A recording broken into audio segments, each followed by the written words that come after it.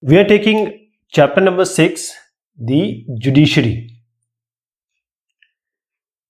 Here are the question and answer on judiciary. What are the different ways in which the independence of judiciary is ensured? Choose the odd ones out. So what I see here is judges of High Court cannot be transferred to another High Court. So this is the odd one out.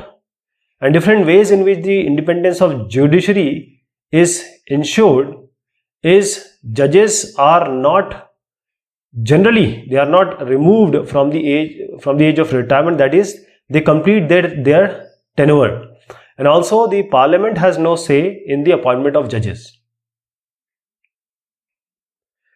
Does independence of judiciary means that the judiciary is not accountable to anyone? Write your answer in not more than 100 words.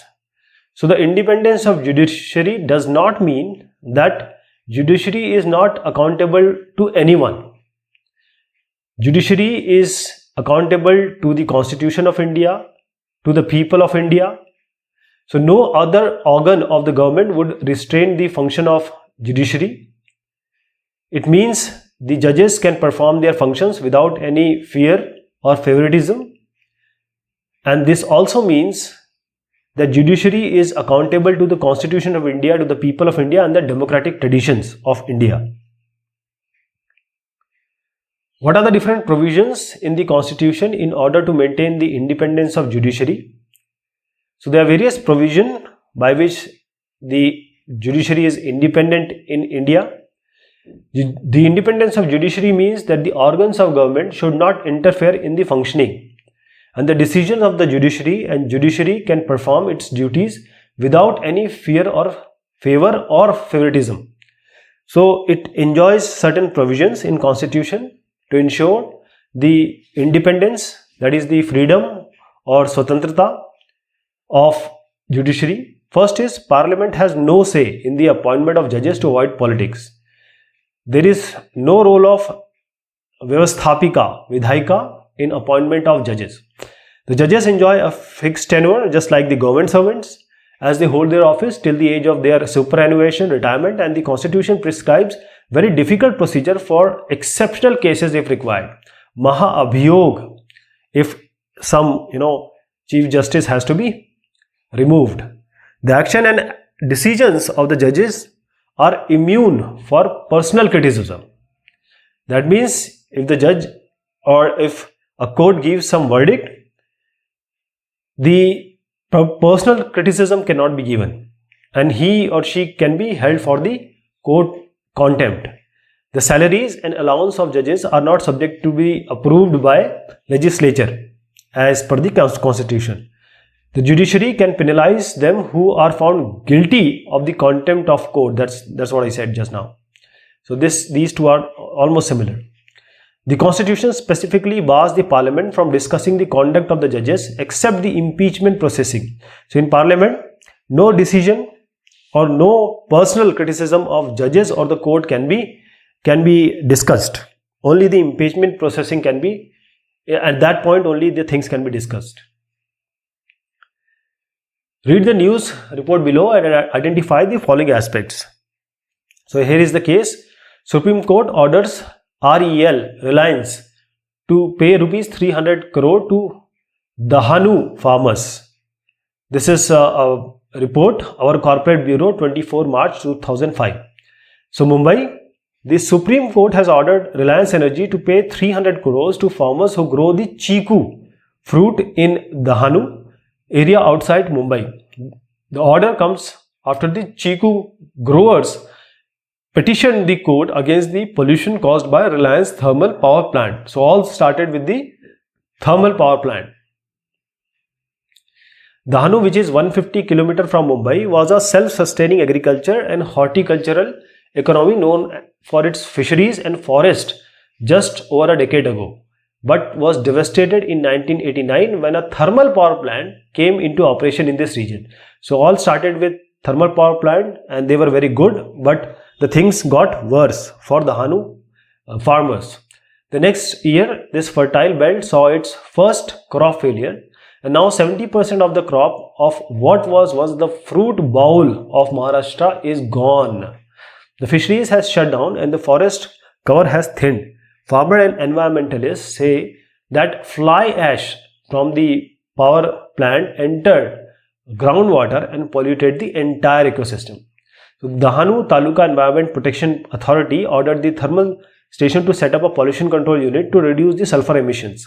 And in spite of Supreme Court order verdict backing the order, the pollution control plant was not set up even by 2002. In 2003, Reliance acquired the thermal station and resubmitted a schedule for installation the process in 2004. So it was just the schedule of installation process.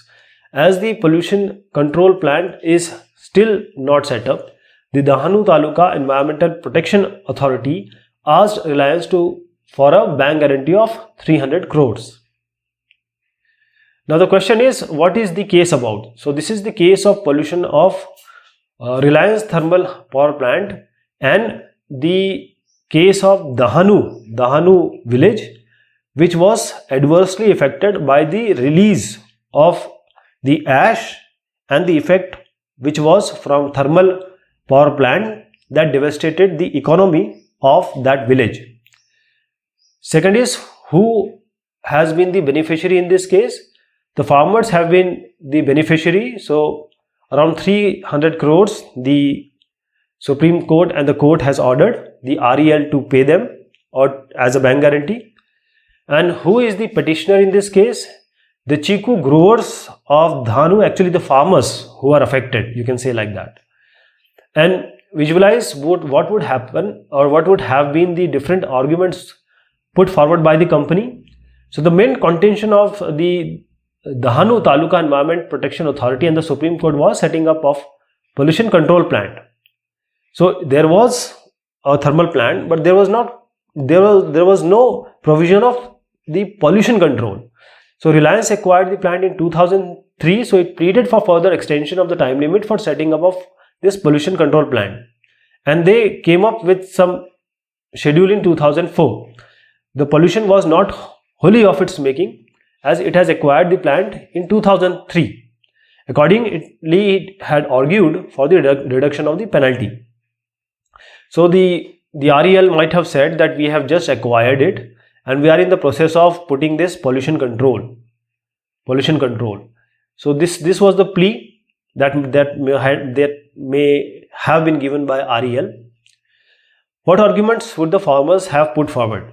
The farmers might have argued that since this Reliance has failed its commitment to install the pollution control unit in 2004, because they only came with a draft or an idea plan that this is the plan of putting it.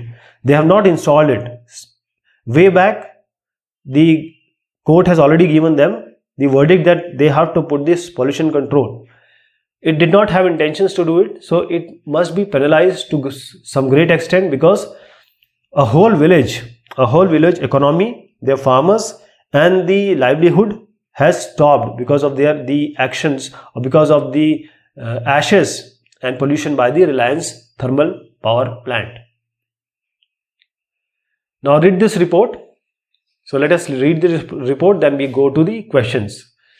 This is Center and Delhi, that is central government and Delhi government had joined hands on CNG issue. By our staff reporter, The Hindu, 23 September 2001. New Delhi, September 22.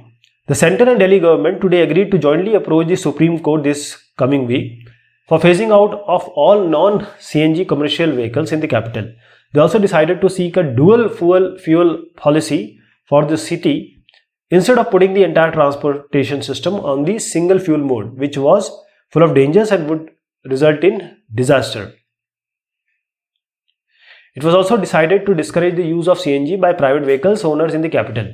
Both government would press for allowing the use of 0.05% low sulfur diesel for running of buses in the capital. In addition, it would be pleaded before the court that all commercial vehicles which fulfill the Euro 2 standards should be allowed in the city, to ply in the city. Though both the center and state would file separate affidavits, This would contain the same common points. The center would also go out and support the Delhi government's stand on the issues concerning CNG. And these decisions were taken at a meeting between the Delhi Chief Minister Sheila Dikshit and Union Petroleum and Natural Gas Minister Mr. Ram Naik. Ms. Dikshit said the central government would request the court that in view of high-powered committee appointed under Dr. R.A. Mashelkar to suggest a auto fuel policy for the entire country, it would be appropriate to extend the deadlines as it was not possible to convert the entire 10,000 odd bus fleet into CNG during the prescribed time frame. The Mashelkar committee is expected to submit its report within a period of 6 months.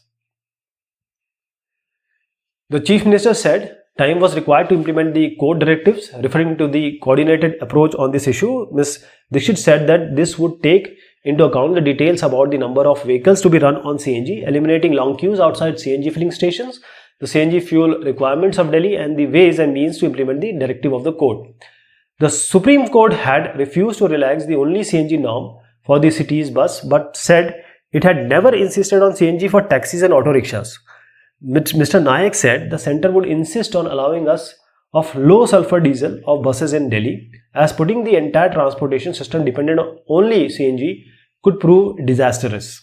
The capital relied on pipeline supply of CNG, and any disruption would throw the public transport system out of gear. So now the question has been asked, and let us see one by one.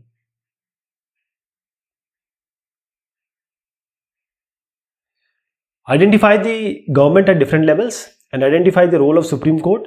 What elements of the working of judiciary and executive can you identify in it, and identify the policy issues, matters related to legislation, the implementation and interpretation of the law involved in this case. So we have here the central government and the Delhi government. And then the role of the Supreme Court is to see the government policies and actions at central and state level should be in tune with the parameters of pollution control regimes.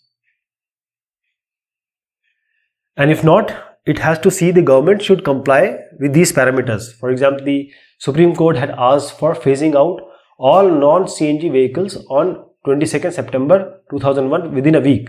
But some difficulty arose in the implementation. Therefore, the Supreme Court later breathed to the government that it had never insisted on CNG for taxis and auto rickshaws, but it refused to relax the only CNG norms for cities' buses.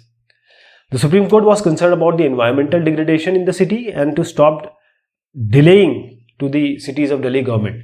And it had come heavily and had directed for phasing out all the non-CNG commercial vehicles in a week.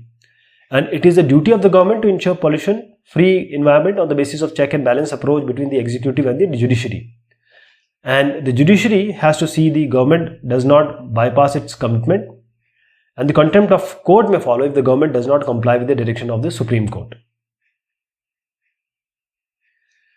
Then we have Ecuador, and we are comparing it with Indian system.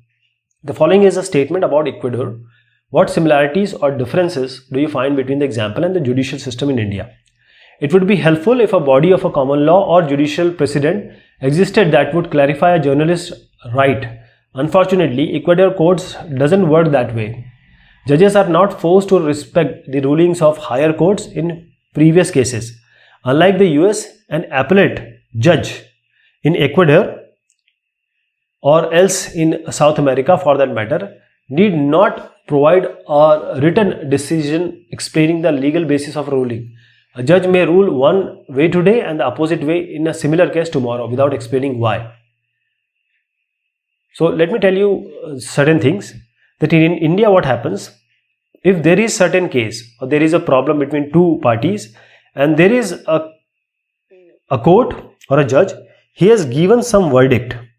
Now if there is a similar type of case between two parties and if there is a judge, now the advocates may take the verdict and present it to this judge that for the similar case, this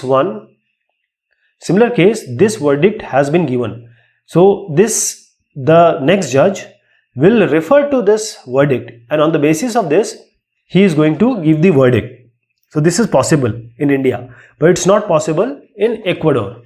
So no similarity is found in this example between Ecuador and India, because in India, judicial decisions play an important role in the form of source of lawmaking, and the judges give their own interpretation to decide the cases to expand or modify laws. Because Ecuador, one judge may give one result today, and for the same case he may give the different verdict tomorrow.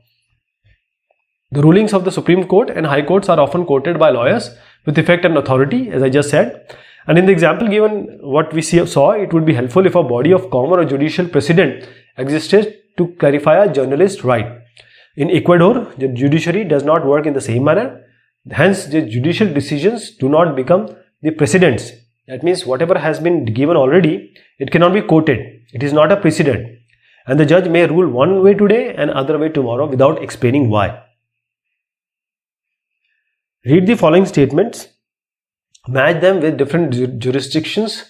The Supreme Court can exercise original, appellate and advisory.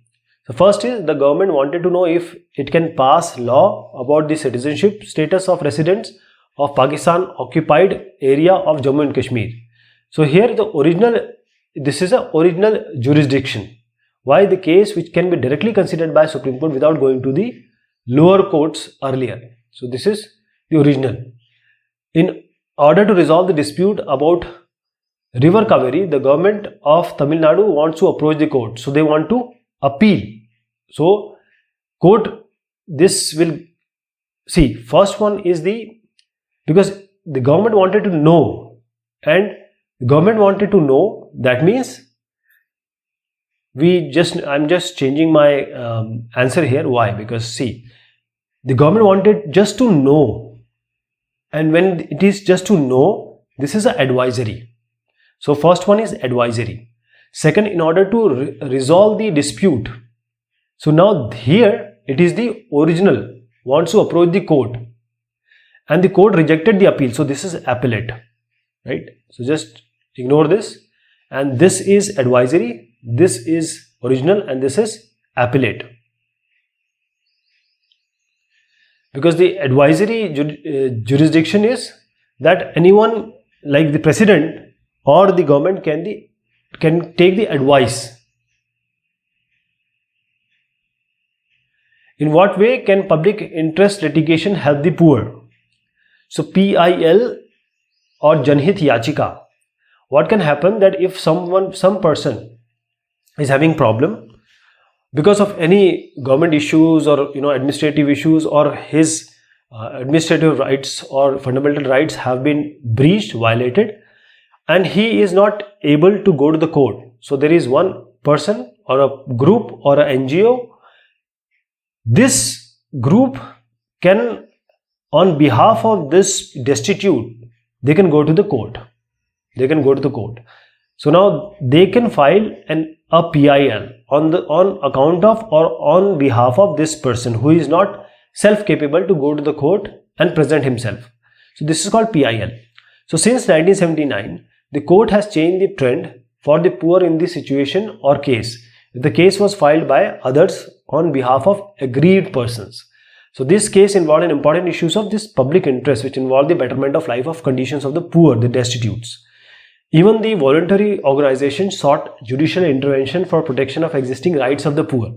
So this PIL, public interest litigation, is a tool for that, for judicial activism, which include protection of environment, prohibition of trafficking, especially for women, bonded labor, grievance of weaker sections, and relief for under trial prisoners in jail.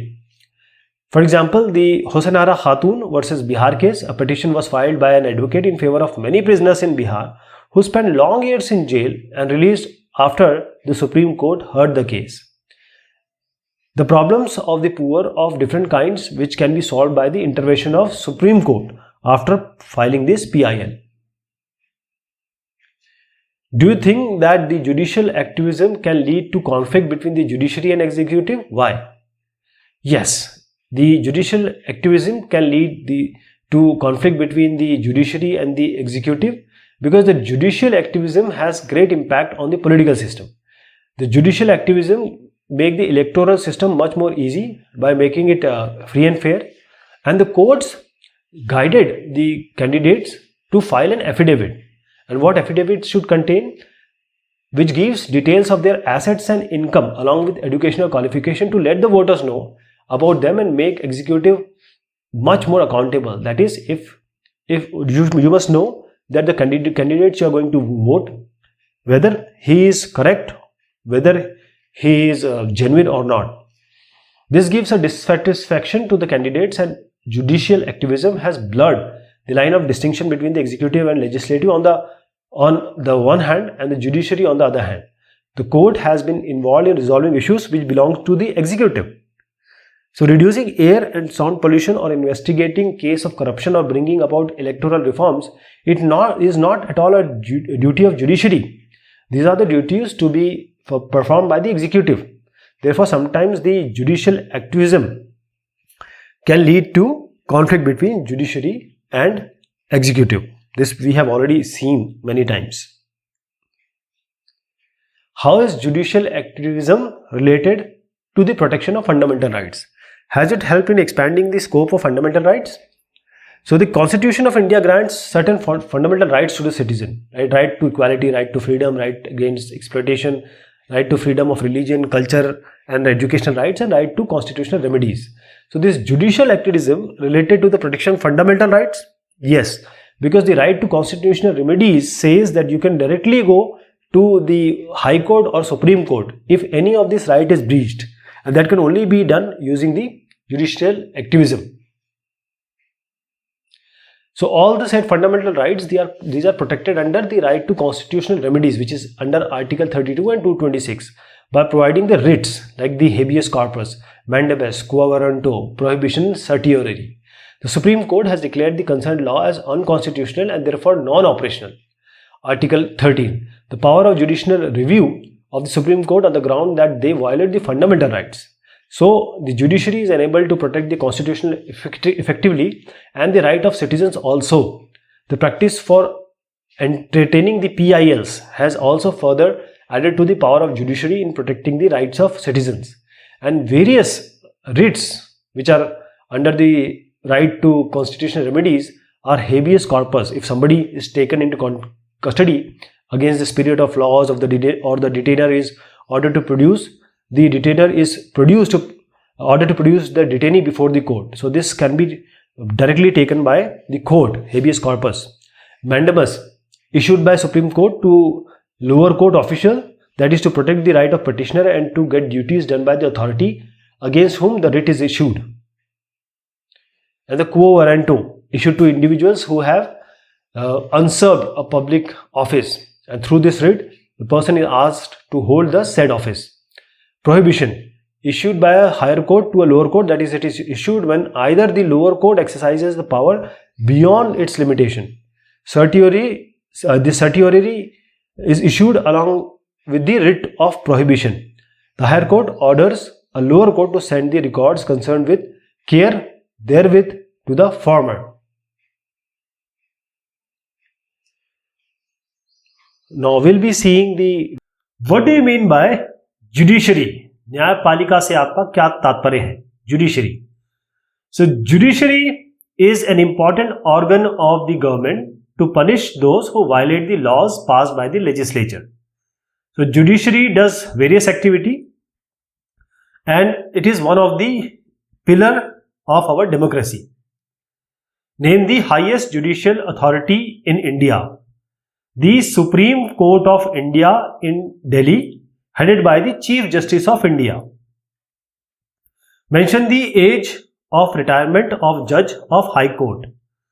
So the age of retirement of Judge of High Court is 62 years, but he can also resign before completion of his retirement age.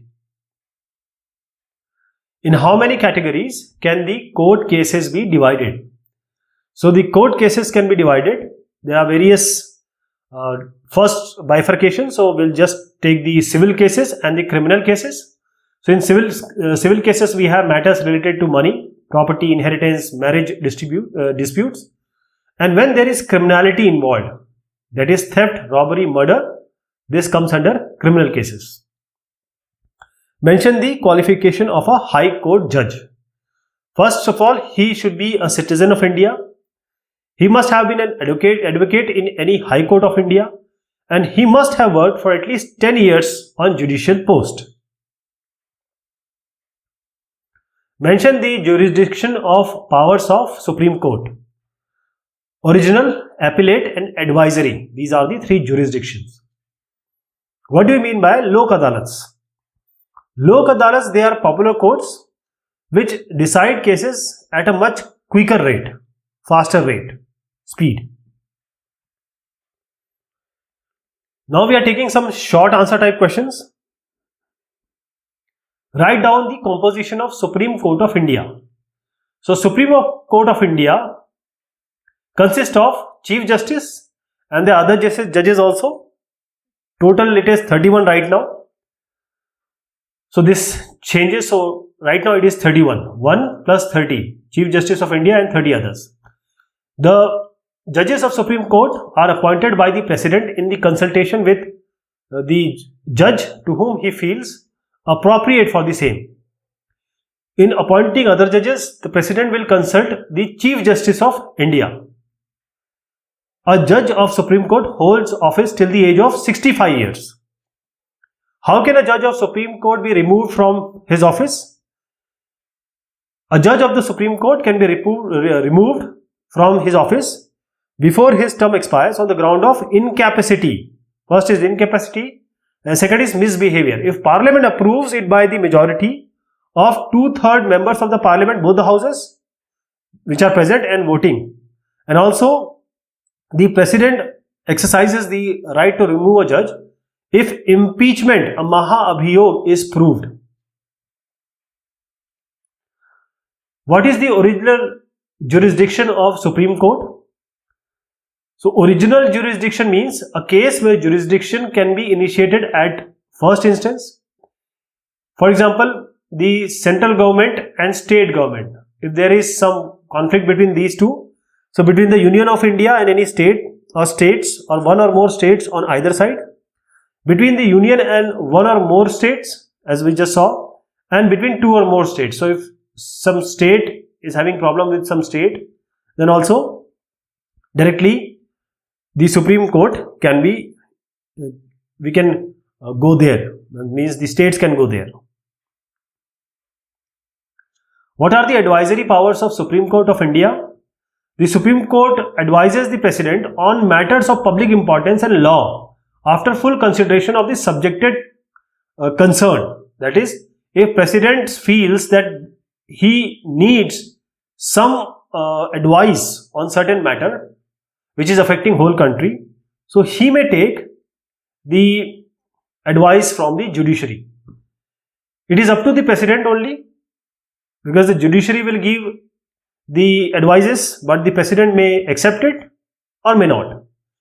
What is the composition of High Court in a state?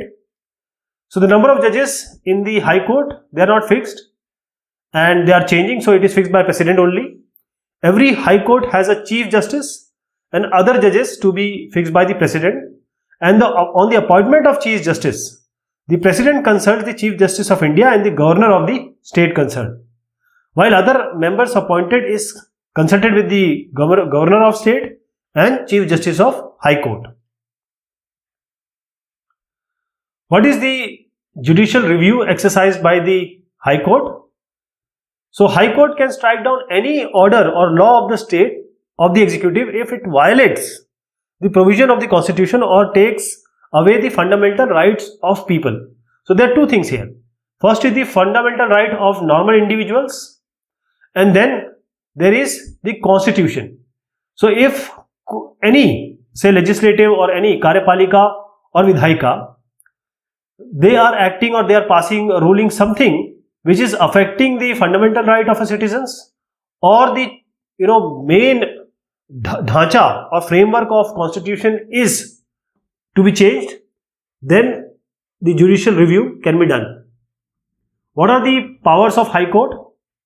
The matters concerning the fundamental rights, will and the contempt filed directly in the High Court, and the High Court controls the working of the lower courts also, as it lays down rules and regulation of their working, and it entertains the appeals against the lower courts in civil and criminal cases to be decided by the session judge or district judge.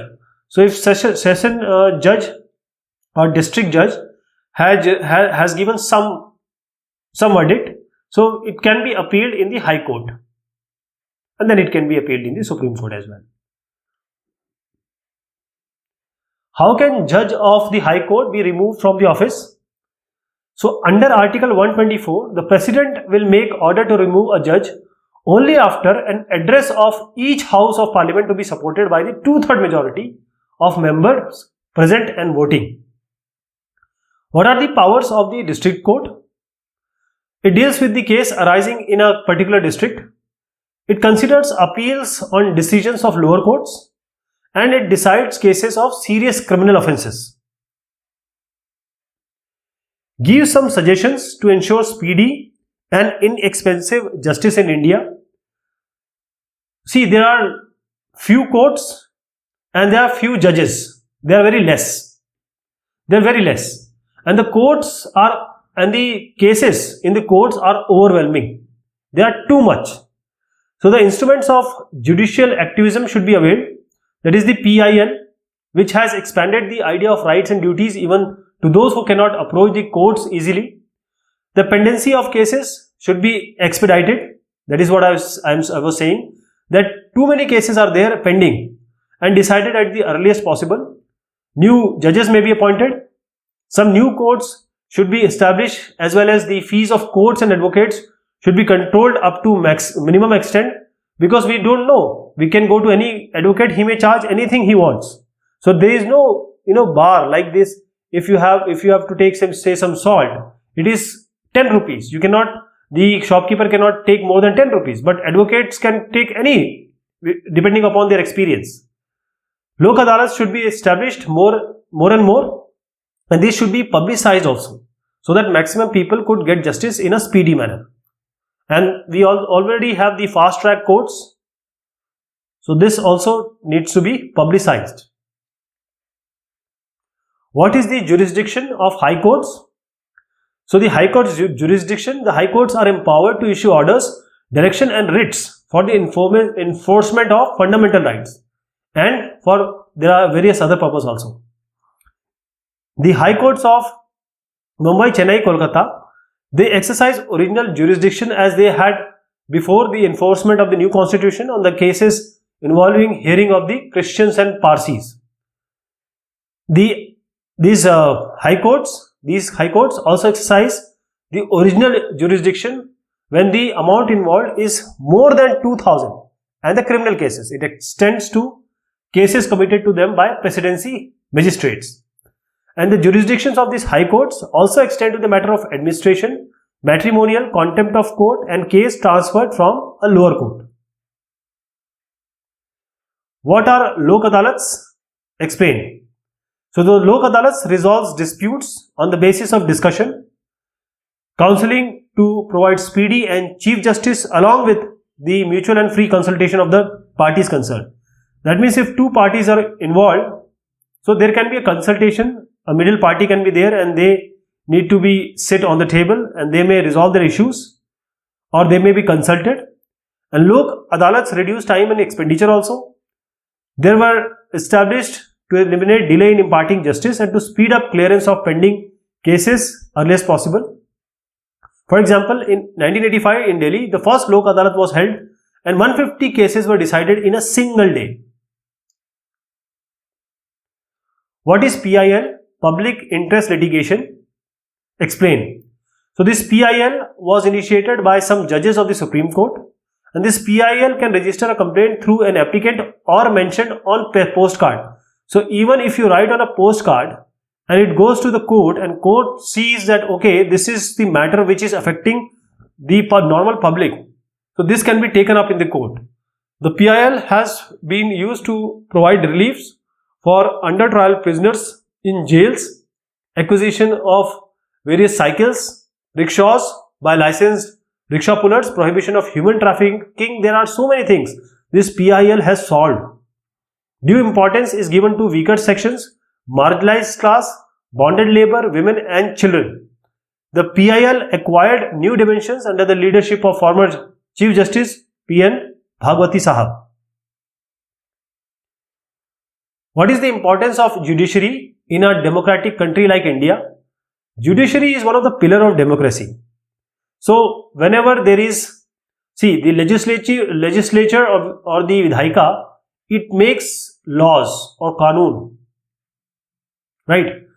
Now there are states, there are union, and if these laws are for everyone in the country, so now there may be some problem if somebody does something bad or there is conflict between two parties.